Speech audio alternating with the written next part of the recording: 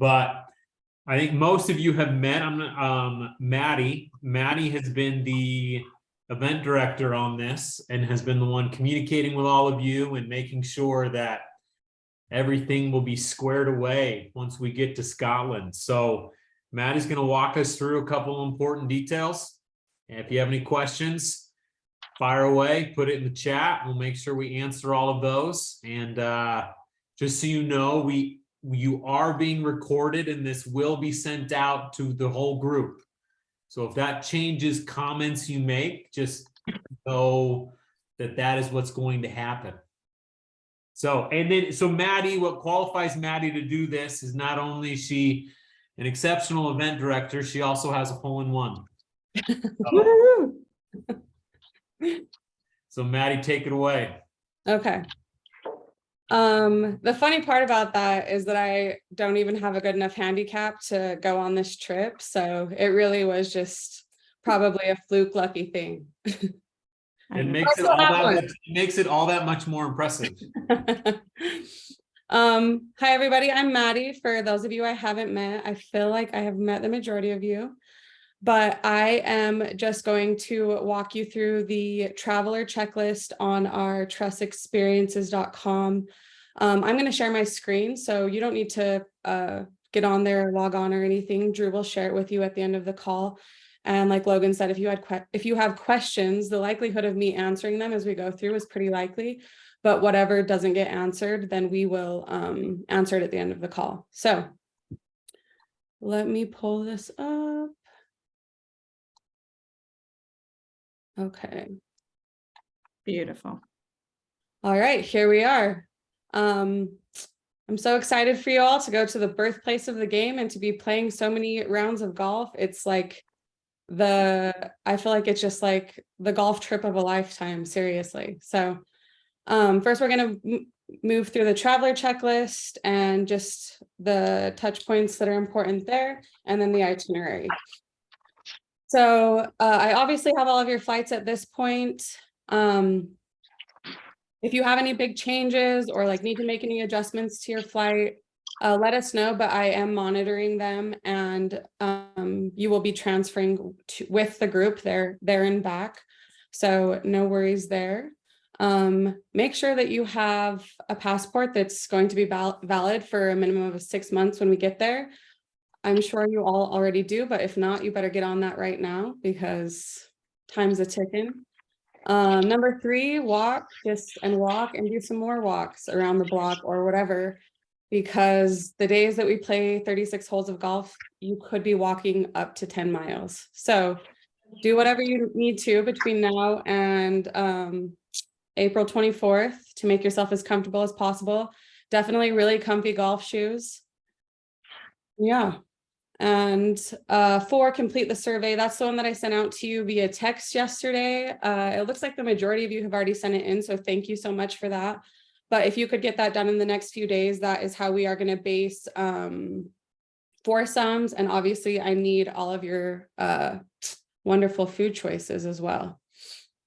And then 5, complete the travel waiver. This is just our trust travel waiver that you sign every time that you go on a trip with us. So it takes like 5 seconds. If you could go on and complete that one as well, that would be awesome. And then number 6, ship your clubs. So as we've talked to our DMC in Scotland, the one thing they suggest is that a lot of times when people are playing the same day that they arrive, luggage tends to sometimes get lost. They said that it has gotten a lot better than it was in the past. I know Logan's still up in the air on whether or not he's going to ship his clubs, but they do suggest that you do so. So I've put like very straightforward instructions on how to do that right here. I'll let you guys just like go through them after the call and anytime leading up. And if you have any questions, obviously, please reach out to me. I can help you with this. The thing that's the most important is setting this pickup date to make sure that they get there by the 21st. So that's the Friday, the business Friday before you guys get there, just to ensure that they're there for sure. I know that Logan's pickup date was like April 13th, but I live in the middle of nowhere. So if I were shipping mine, it was like April 9th. So definitely go in there and see what your pickup date would need to be to ensure that delivery. And then you would pack your clubs and make sure you have a tag attached with your name and that your arrival date is that 4/24. So And yeah, just so you guys know, where your clubs will be shipped to is the office of the company that's organizing everything for us in Scotland. So we're not just shipping it to a hotel and the hotel's like, oh, what's this? And sends it back. Like, we're actually sending it to the office of the company we're using to organize everything. yeah, correct. And they do it all the time and they are wonderful. So like I said, I think that internally we're still deciding on whether or not they want to send their clubs, but it was a suggestion they had because you could potentially not have your own set of clubs that first day if you had any baggage mix up. So number 7, review the packing list. We'll talk about that after I go through the itinerary. It's just, going through all of the various attire you'll need for Scotland golf in the spring. And then number 8, bring cash for caddies. So we'll have caddies for all of the rounds of golf while we're in Scotland. The total is about $1,000 USD, but make sure to convert that to the British pound. I know Logan's planning on just taking $1,000 in pounds and giving each course his caddy 100 pounds, just to make it easy. So this tells you like what the cost is of the caddy per round and then the suggested tip, and do that at your discretion.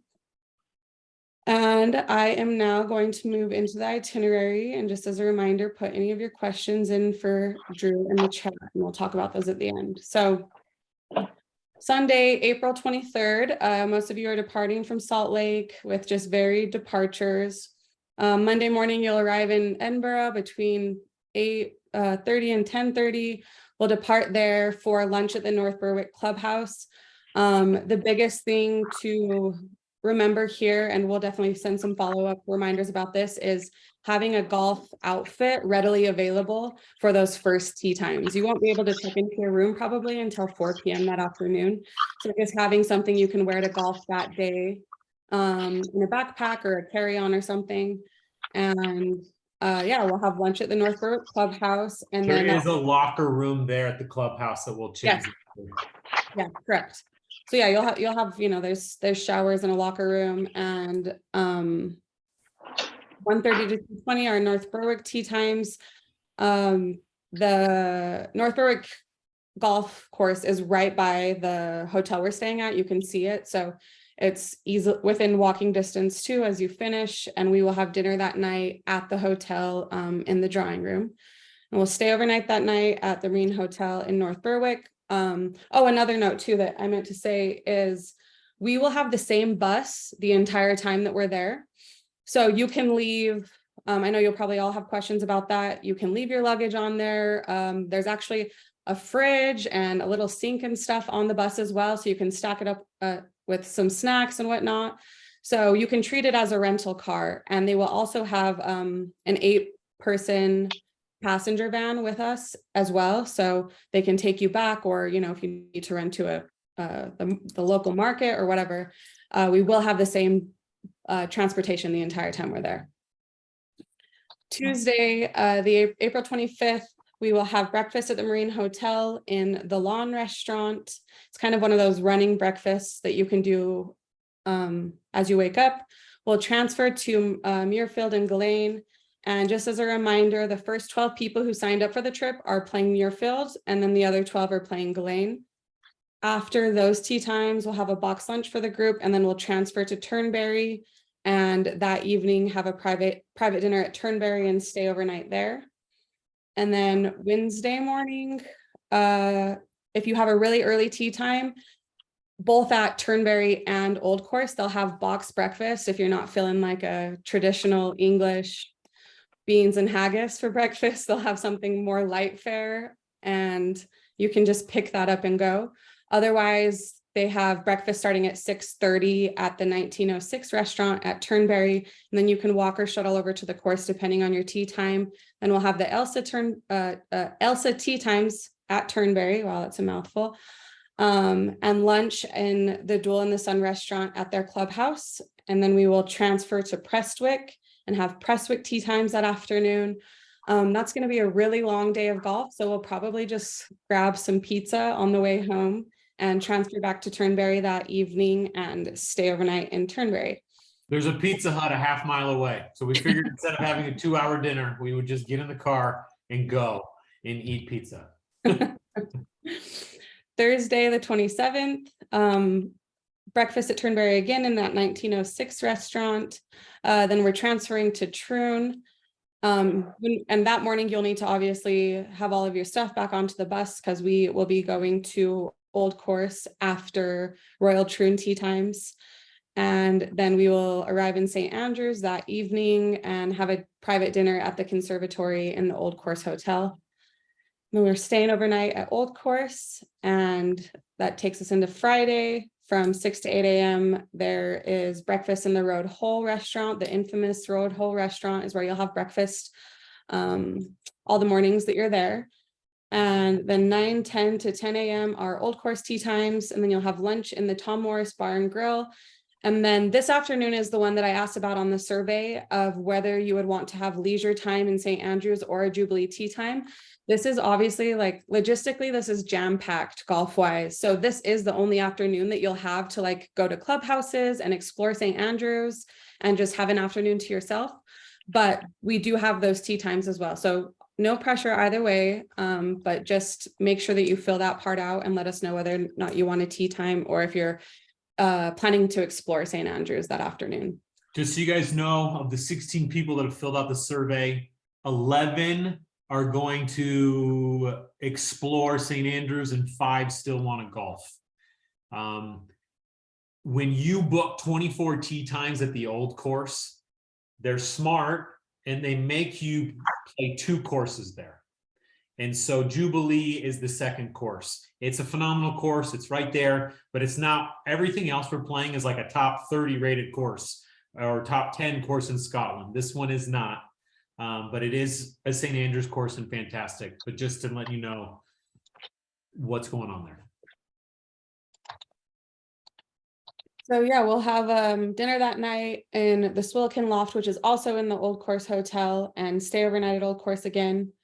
That next morning, I think pretty much everyone will have to grab a box breakfast from reception at Old Course in order to make our transfer to Kings Barnes. And then from 7 to 7:50, Kings Barnes tea times, lunch at their clubhouse. Then we'll depart for Carnoustie and have Carnoustie tea times, dinner that night at the Rookery restaurant at Carnoustie, and then transfer back to Old Course that evening and stay overnight at Old Course, which brings us into the final day on Sunday, 6 to 8 a.m. breakfast at Old Course in that same Road Hole restaurant. And those of you who have earlier transfers, you'll leave at 8:30. Anyone who has like a later afternoon transfer will leave at 9, and then they'll take you to the airport to depart for Salt Lake or wherever else you happen to be going. And then I'm just gonna go through this packing list really quick, and then I will answer any questions. So passport, make sure you bring medications, ibuprofen for all that walking, allergy meds, anything that would be pertinent that you would have a hard time getting in Scotland. A change of golf clothes in your carry-on, like we talked about for that first round of golf.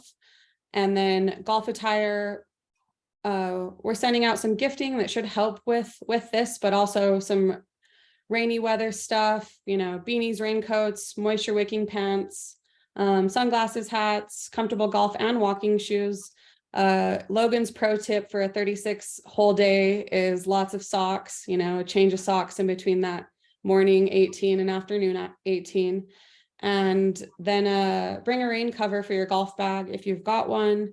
And then protein bars and snacks. The one thing that is really different about Scotland golf is there's not a ton of halfway houses or places to get snacks. So if you have anything that's specific to the US that you want to bring, we encourage you to bring that. If not, there is a little market in North Berwick, really close to where you're staying that first night, that you could go and grab some.